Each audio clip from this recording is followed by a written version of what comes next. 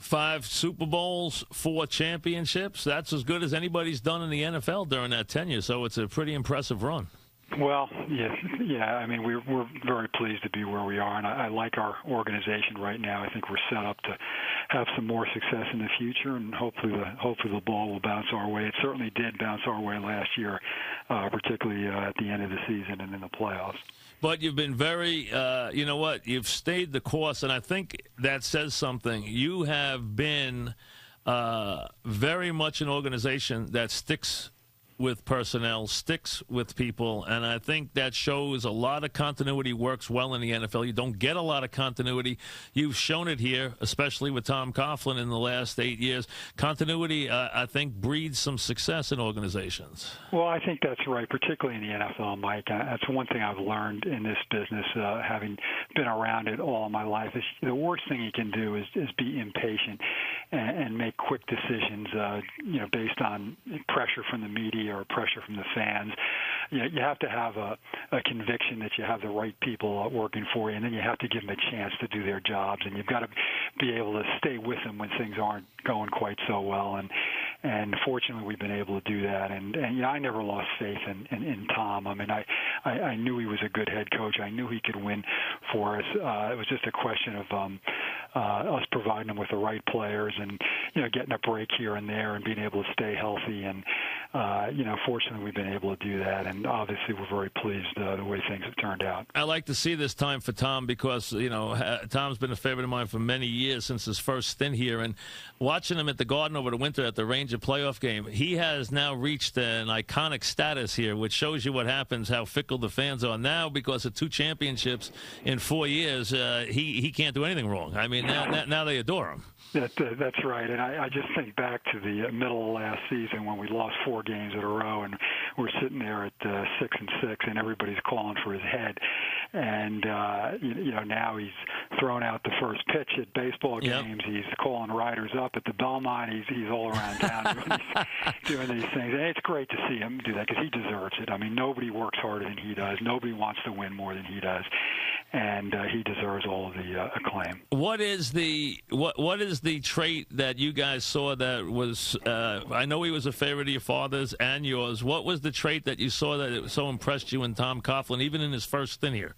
Well, I can remember so clearly Ernie Accorsi and I going to interview him at the Newark Marriott Hotel. He flew up from Jacksonville, and we sat with him for an entire afternoon. And the first thing that strikes you is you know that he wants to win, and you know that he wants that more than anything in the world, and will do whatever it takes.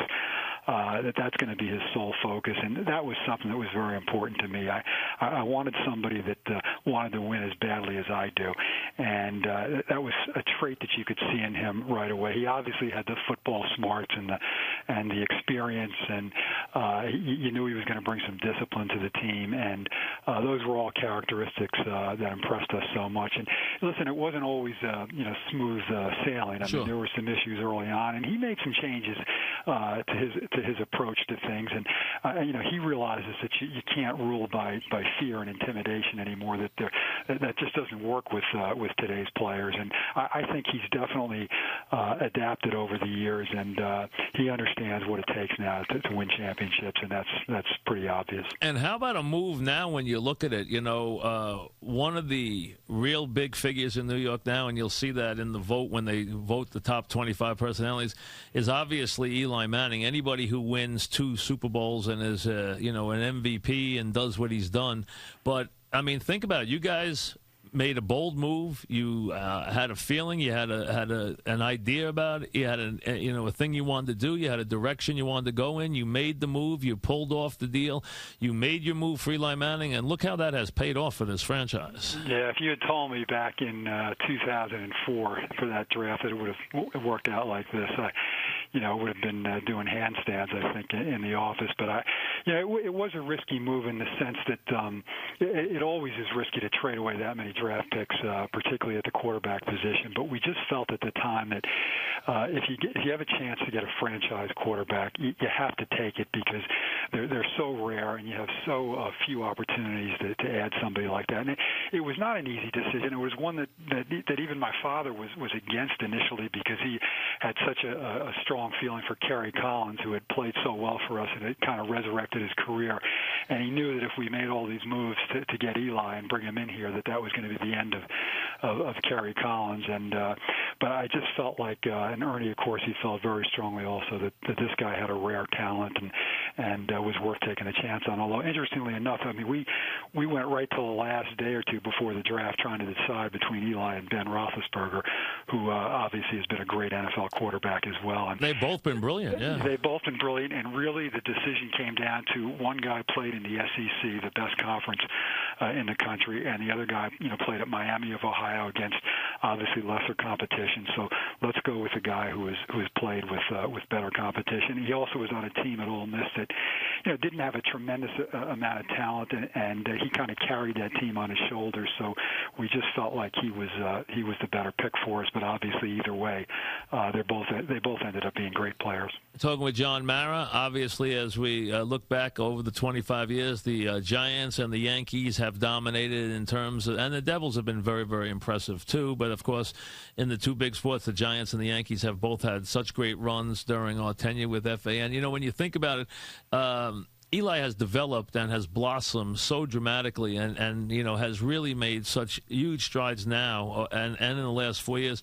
Were there ever any days early on, John, that even during the growing pains, did you ever have a doubt about him? Was there ever an organizational doubt, or was there never any loss of confidence over the whole period of Eli's career? Yeah, I will tell you that there were times where I had some doubts. I mean, you always have that when you go through a stretch of games where the guy doesn't play particularly well, but people like Ernie Accorsi and Jerry Reese never, ever lost confidence in him. And, the one thing that was encouraging was, you had games where you saw the obvious talent, so you knew it was there.